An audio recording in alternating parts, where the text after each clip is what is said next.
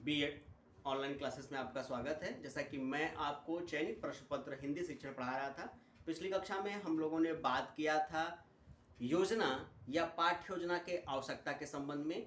आज की कक्षा में हम लोग बात करेंगे योजना या पाठ्य योजना के महत्व के बारे में। जैसा कि मैंने बार बार आपको बताया है, कई कक्षाओं में चर्चाएं हो चुकी हैं कि एक शिक्षक को बेहतर शिक्षण प्रदान करने के लिए इन योजनाओं और पाठ्य योजनाओं का क्रियान्वयन करना, उनका निर्माण करना, उनका चयन करना, उनको व्यवस्थित तौर पे कक्षा में प्रस्तुत करना अपने आप में बहुत ही विशेष और महत्वपूर्ण कार्य होता है। और कहीं ना कहीं ध्यान दीजिएगा, और कहीं ना कहीं इन कार्यों की उपादेयता उसके बेहतर शिक्षण को सिद्ध करती है। एक शिक्षक के तौर पे आप कक्षा में जिन उद्देश्यों को लेके जाते हैं, उन सारे उद्देश्यों और लक्ष्यों की प्राप्ति की जो व्यवस्था है वह इन योजनाओं और पाठ्य योजनाओं पर निर्भर करती है। जितने बेहतर तरीके से आप योजना निर्मित करेंगे, पाठ्य योजना बनाएंगे, उतने बेहतर तरीके से आप कक्षा में अपने पाठ्य वस्तु को या पाठ्य क्रमांक को या पाठ के ज्ञान को प्रस्तुत कर पाएंगे, उतने ही बेहतर तरीके से बालक बालिकाएं आपके द्वारा दिए गए ज्ञान को सीख सकेंगे, उसको अपने जीवन में प्रयोग कर सकेंगे, उसका स्थायित्व बना सकेंगे। तो ये तमाम चीज़ें योजना और पाठ्य योजना की व्यवस्थाओं पे निर्भर करता है। आज की कक्षा में हम लोग बात करेंगे, ध्यान दीजिएगा, पाठ्य योजना के महत्व के बारे में। हम लोग आज की कक्षा में बात करेंगे पाठ्य योजना के महत्व के बारे में कि इन पाठ्य योजनाओं का कितना बड़ा अपना एक महत्व है, कितनी बड़ी विशेषता है। ध्यान दीजिएगा, कितनी बड़ी विशेषता है, कितना बड़ा अपना एक महत्व है। आज की कक्षा में हम इसकी बात करेंगे। ध्यान दीजिए, पाठ्य योजनाओं के महत्व के संबंध में अगर सैद्धांतिक दृष्टि से देखें तो कहा जाता है कि पाठ्य योजनाओं में या योजनाओं में पाठ्य के पढ़ाने के उद्देश्य, शिक्षण की विधियां तथा सहायक सामग्री का निर्धारण किया जाता है। साथ ही कक्षा में जाने से पूर्व ही इस व्यवस्था को निर्मित कर लिया जाता है, जिससे शिक्षक को शिक्षण के दौरान किसी प्रकार की कठिनाई का सामना नहीं करना पड़े। शिक्षक की रुचि पूर्ण ढंग से पढ़ाए। सही बात है, यदि वो पहले से पाठ्य योजना या योजना तैयार कर चुका है शिक्षण के संबंध में, तो जाहिर सी बात है उसके मस्तिष्क में कुछ बिंदु अंकित रहेंगे। उन्हीं बिंदुओं के आधार पर अपने ज्ञान विज्ञान को छात्रों के समझ प्रस्तुत करेगा। अब जब इन व्यवस्थाओं को निर्धारित करके प्रस्तुत करेगा तो स्वाभाविक सी बात है कि उसकी रुचि उसमें बनी रहेगी। वो बेहतर से बेहतर ज्ञान को कक्षा के बीच में प्रस्तुत करने की कोशिश करेगा, बेहतर तरीके से अपने द्वारा ज्ञान विज्ञान की व्यवस्थाओं को कक्षा में प्रस्तुत करेगा। आगे कहा जाता है कि शिक्षक रुचि पूर्ण ढंग से पढ़ाए जाने के कारण छात्रों की रुचि पाठ में बनी रहती है। सही बात है, जितने बेहतर तरीके से शिक्षक पढ़ाएगा, छात्र उतने बेहतर तरीके से चीज़ों को सीखेंगे। शिक्षक का कार्य पूर्व नियमित ढंग से चलता रहे, निर्धारित समय पर समाप्त हो, इसके लिए योजनाओं और पाठ्य योजनाओं का होना निश्चित है।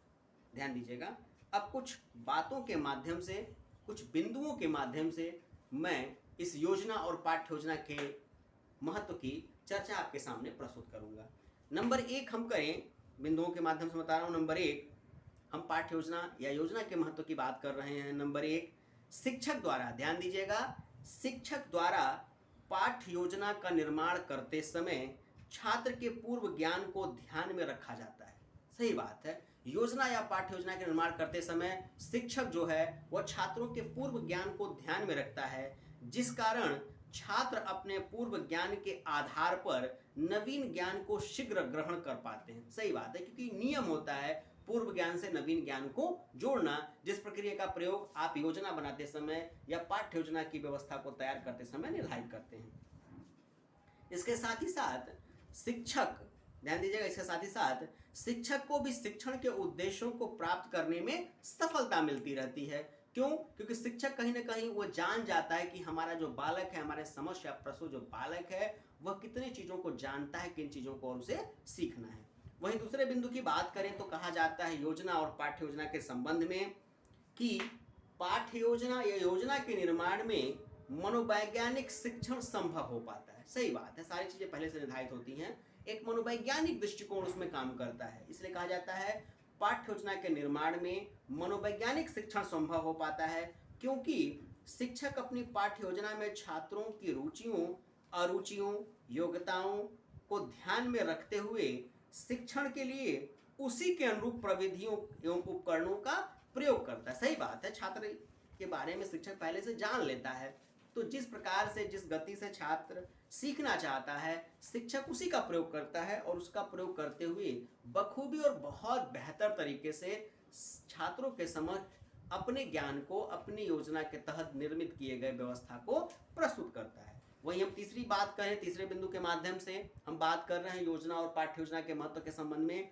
तीसरी बात कही जाती है, ध्यान दीजिएगा, कि पाठ्य योजना के निर्माण से कक्षा में, ध्यान दीजिएगा, कक्षा में पढ़ाई जाने वाली विषय सामग्री को सीमित कर लिया जाता है। ऐसा करने से शिक्षक केवल जरूरी और अनावश्यक बातों को विद्यार्थियों के सम्मुख प्रस्तुत कर पाता है। सही बात है, जब वो पहले से निर्धारित कर लेगा तो, ध्यान दीजिएगा, तो केवल जरूरी और जो आवश्यक बातें हैं उस पाठ की, वही बातें शिक्षक कक्षा में बच्चों के समक्ष प्रस्तुत करेगा और बच्चा अपनी रुचि के हिसाब से शिक्षक द्वारा दिए जाने वाले ज्ञान को प्राप्त करेगा, उसको आत्मसात करेगा और भविष्य में उसका प्रयोग करेगा। इसके साथ ही कहा जाता है कि विद्यार्थियों के सम्मुख प्रस्तुत कर पाता है और विषय वस्तु से भटकने की संभावनाएं कम हो जाती है। सही बात है, विषय वस्तु का क्षेत्र बहुत बड़ा है, ज्ञान का आकार, आवृत्ति बहुत बड़ी है और उतना ज्ञान, उतनी आवृत्ति हम कक्षा में ना तो प्रस्तुत कर सकते हैं, ना छात्रों के मस्तिष्क में हम भर सकते हैं। छात्र अपनी इच्छा से सीखता है, शिक्षक अपनी व्यवस्था से पढ़ाता है। इन दोनों की व्यवस्थाओं को क्रमांकित तौर पर निर्धारित करने के लिए आवश्यक होता है कि हम अब शिक्षण से पूर्व योजना या पाठ्य योजना का निर्धारण कर लें। अब हम चौथी बात करेंगे। चौथे बिंदु के माध्यम से कहा जाता है कि ये जो योजनाएं हैं, जो पाठ्य योजनाएं हैं, इनके निर्माण से शिक्षक और छात्र के बीच होने वाली कक्षीय अंतःक्रियाओं का स्वरूप पहले से निर्धारित हो जाने के कारण शिक्षक क्रियाएं सार्थकता उद्देश्यपूर्ण हो जाती हैं। सही बात है, सारी चीजें पहले से निर्धारित होती हैं तो शिक्षक को पढ़ाने में भी आनंद आता है, बताने में भी आनंद आता है, छात्र को पढ़ने में भी आनंद आता है, छात्र शिक्षक द्वारा बताई गई बातों में रुचि लेते हैं। साथ ही शिक्षक तथा छात्र दोनों ही पाठ को विकसित करने की दिशा में सक्रिय रूप से भाग लेते हैं। सही बात है, जब छात्रों की रुचि बढ़ जाती है, शिक्षक को पढ़ाने में आनंद आता है, वहीं छात्र को सीखने में मजा आता है और ये प्रक्रिया चलती रहती है। छात्र सीखता रहता है, शिक्षक उसे सिखाता रहता है। अब पांचवें और अंतिम बिंदु के माध्यम से मैं अपनी बात कहूंगा, योजना और पाठ्य योजना के महत्व के संबंध में। कहा जाता है योजना और पाठ्य योजना के निर्माण से शक्ति और समय की बचत होती है। सही बात है, एक शिक्षक जहां 40 से 50 मिनट 1000 बातें उसे बतानी है, उससे कई गुना बेहतर है कि वह शिक्षण से पूर्व जब बिंदुओं को निर्धारित कर लेता है, कुछ केंद्रित, समांतरित और व्याख्यित बिंदुओं को ले लेता है, तो जहां उसे 1000 शब्दों को कक्षा में उच्चारित करना है, वहां वो 400 से 500 शब्दों के माध्यम से अपनी बात बच्चों को, छात्रों के समझ रख देता है, जिससे कि क्या होता है कि उसकी शक्ति का भी लाभ उसको मिलता है, बचत होता है और उसके समय का भी उसको बचत होता है। साथ ही पाठ्य योजनाओं के कारण शिक्षक इधर उधर नहीं भटक पाते। सही बात है, जो ज्ञान उन्हें देना है वही सैद्धांतिक ज्ञान उन्हें देंगे, बाकी बेफालतू की चीजें, अन्यथा चीजें वो छात्रों के समक्ष प्रस्तुत नहीं कर पाएंगे।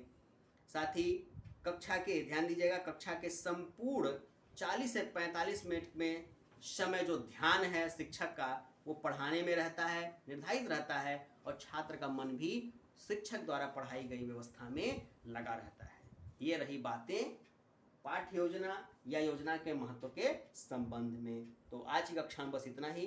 कुछ और शेष बातें इस कक्षा की छूट रही हैं, जिसकी चर्चा हम आपसे अगली कक्षा में करेंगे। धन्यवाद।